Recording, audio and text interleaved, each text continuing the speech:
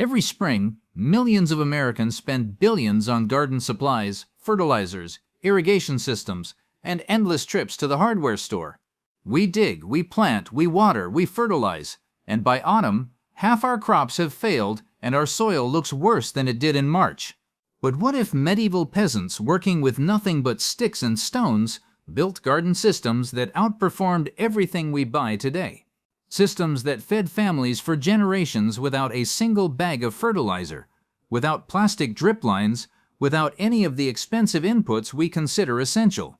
For over 800 years, from monastery gardens in France to manor house plots in England, these features sustained entire communities.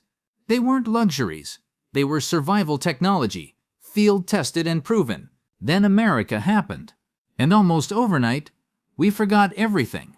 Today, you won't find a single one of these features in a modern American backyard. Not one. So what were these 7 medieval innovations that fed Europe for centuries? And why did we abandon systems that actually worked for expensive failures that don't? Act 1.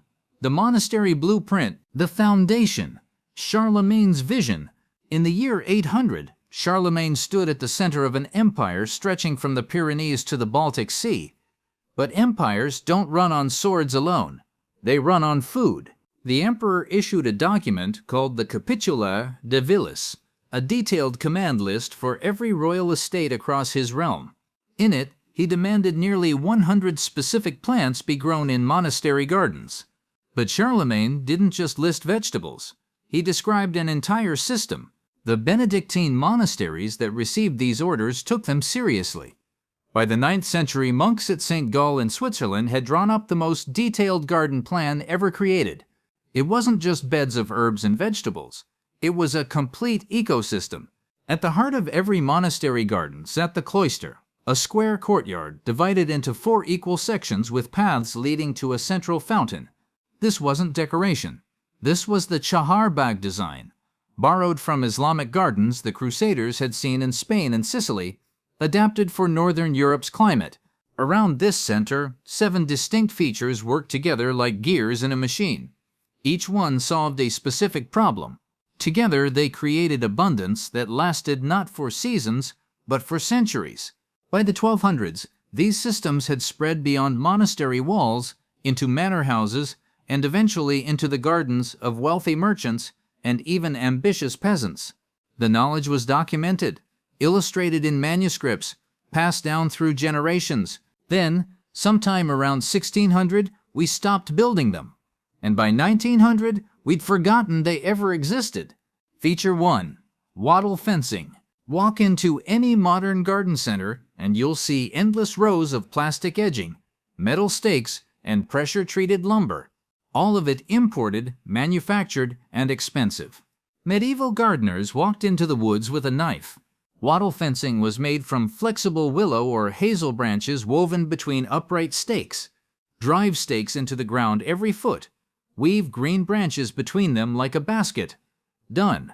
These fences lasted 5 to 10 years, cost nothing, and when they rotted, they composted directly into the soil. The tight weave created windbreaks that protected seedlings, blocked rabbits and deer, and some branches even rooted and grew, creating living fences that regenerated themselves. Archaeological evidence from medieval sites across England shows wattle fences surrounding nearly every garden. The National Trust preserves examples at monastery gardens in Canterbury. We replaced a renewable, biodegradable system for petroleum products that will outlast our grandchildren. Feature 2. Turf seats. Turf seats. Medieval gardeners grew their seats. Turf seats were living furniture. Build a raised bed 2 to 3 feet tall. Edge it with wattle or stone, fill it with soil, then plant the top with turf, chamomile, or thyme. The result was a living bench that released scent when you sat down, stayed cool in summer heat, and required no maintenance beyond occasional watering. Often built against garden walls in U-shapes, they created private nooks for reading or contemplation. In a world without indoor plumbing or privacy, gardens were the only place for quiet thought. Turf seats offered what modern Americans pay therapists for, a place to sit and think without distraction. We replaced them with plastic chairs that crack after 2 winters. We lost the scent of crushed thyme as you sit down, the coolness of living soil beneath you, the connection to the garden as a living space. Act 2. The productive systems. Featured 3. Dovecotes, protein, fertilizer, feathers, all from a single structure the size of a garden shed. Dovecotes, stone or timber towers designed to house hundreds of pigeons, were standard on every medieval manor. The birds roosted in honeycomb niches built into the walls, entering through openings at the top. Pigeons bred year-round, providing constant squab for the table. Their droppings, called columbine, were so nitrogen-rich they sold for higher prices than horse manure. Medieval accounts prove it. Pigeon feathers filled mattresses. The birds themselves controlled insects and cleared spilled grain, and they cost nothing to feed, foraging in fields and woods. A single dovecote could house 500 birds.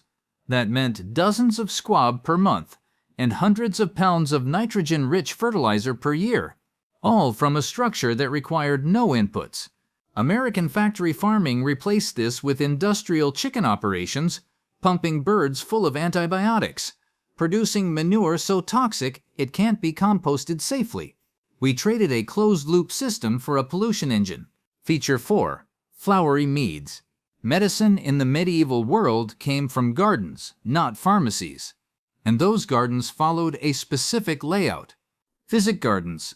The monastery plots dedicated to medicinal herbs were organized into rectangular raised beds arranged in geometric patterns. This wasn't aesthetics, it was function. Each bed grew a specific category of herbs, one for digestive plants like fennel and mint, one for wound care, like yarrow and plantain, one for fever, like meadowsweet and willow bark.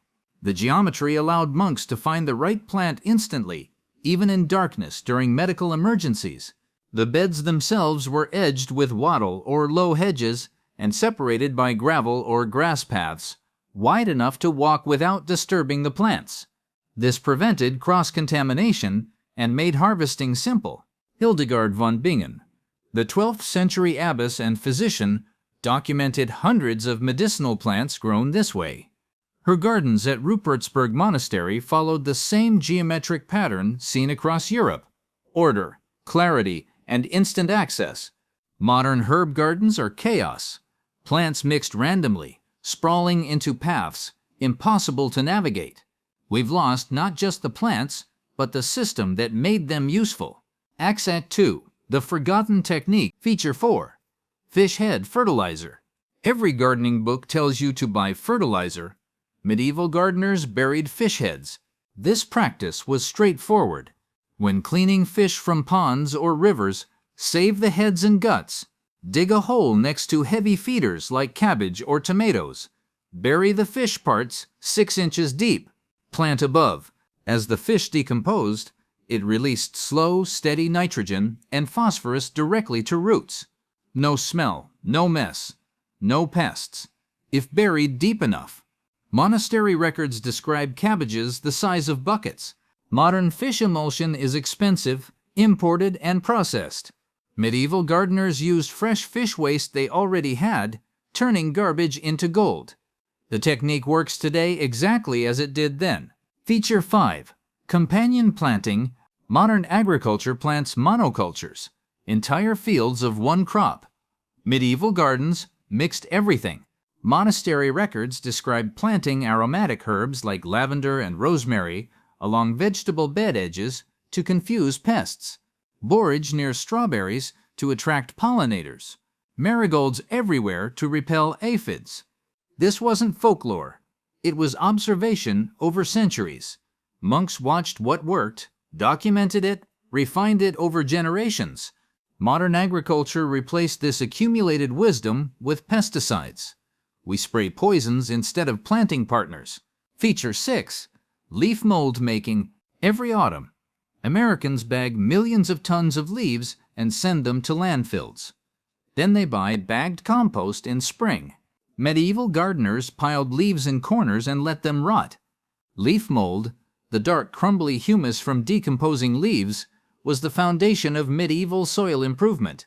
Pile leaves, Keep them moist. Wait 1 year. Done. The result wasn't compost, it was better. Leaf mold holds water like a sponge, improves drainage in clay, lasts for years.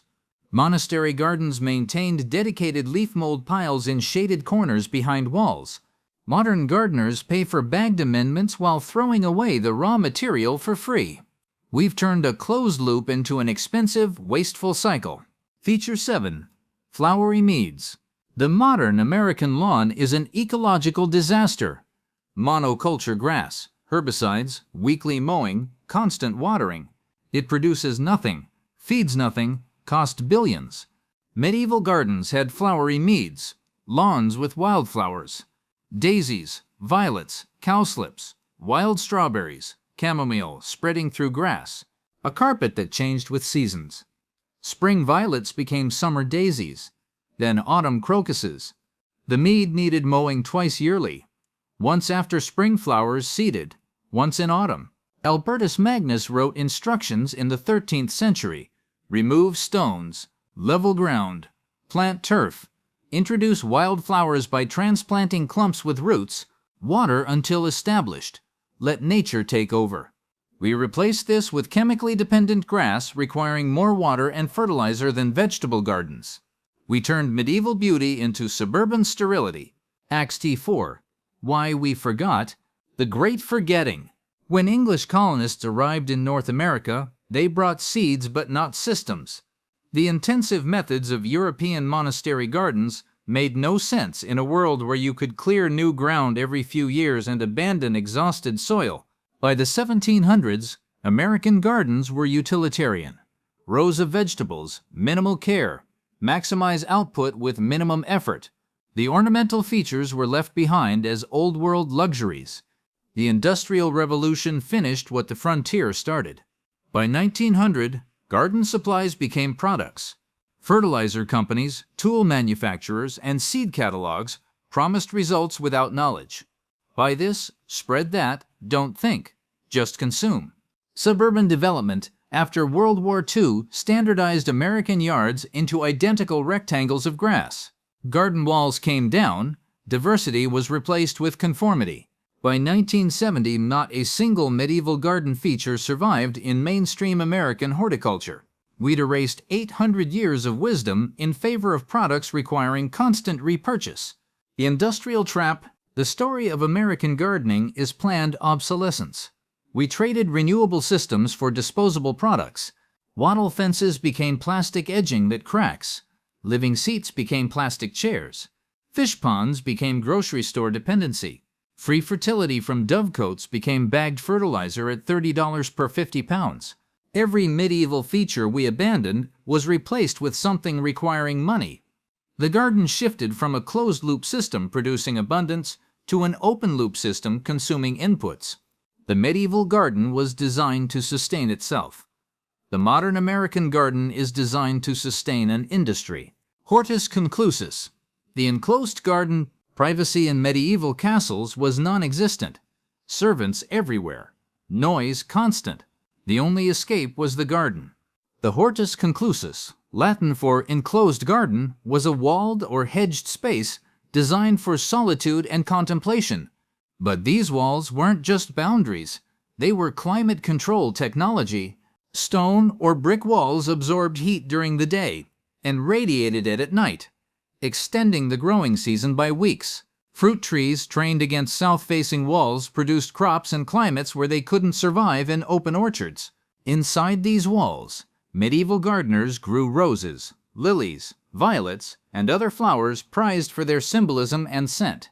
The space was small, usually no larger than a modern living room, with a fountain or well at the center and turf seats along the edges. The National Trust preserves enclosed gardens at Itham Moat and other medieval properties. You can still feel the difference inside the walls. Warmer, quieter, protected. America tore down garden walls and built suburbs where every yard is exposed, windswept, and visible to neighbors. We traded privacy and productivity for conformity. Modern gardeners struggle with frost, wind damage, and failed crops that medieval walls would have prevented.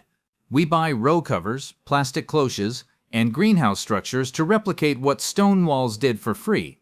The enclosed garden wasn't just medieval aesthetics.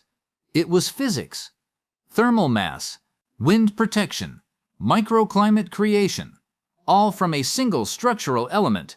Today, as climate becomes more unpredictable, the old walls offer lessons. Privacy gardens are returning. Stone walls are being rebuilt. The HORTUS conclusus is being rediscovered, one enclosed space at a time. The path forward, what we lost, what we can rebuild, 7 features, 800 years of testing, abandoned in less than a century. But here's what they don't tell you. Every single one still works. Wattle fencing still holds soil. Turf seats still smell like thyme. Fish heads still fertilize tomatoes. Leaf mold still improves soil. The knowledge isn't lost. It's just ignored. We chose complexity over simplicity, plastic over living wood, chemicals over biology, expense over abundance. But the tide is turning. As fertilizer prices soar and plastic waste mountains grow, gardeners are rediscovering what medieval monks knew. The best systems are the ones that don't need to be bought. You don't need a medieval monastery to build these features. Start with one. Weave a wattle fence from pruned branches. Plant a flowery mead instead of a sterile lawn. Bury fish heads beneath your tomatoes. Build a small raised bed edged with woven willow. Each feature you add closes the loop a little more. Each one reduces dependency on external inputs. Each one reconnects you to knowledge that fed Europe for centuries while modern agriculture destroys soil in decades. The question we should be asking: the medieval garden wasn't perfect. Life was hard, labor was brutal, but the gardens themselves worked. They sustained communities without depleting soil, without poisoning water, without requiring constant purchases. We abandoned them not because they failed, but because they didn't generate profit. A gardener with a wattle fence doesn't buy plastic edging. A gardener with a dovecote doesn't buy fertilizer. A gardener making leaf mold doesn't buy bagged compost. So here's the question: what else have we forgotten because it worked too well to be profitable? The answer might be sitting in a medieval manuscript, waiting for someone to read it. Let me know your thoughts below.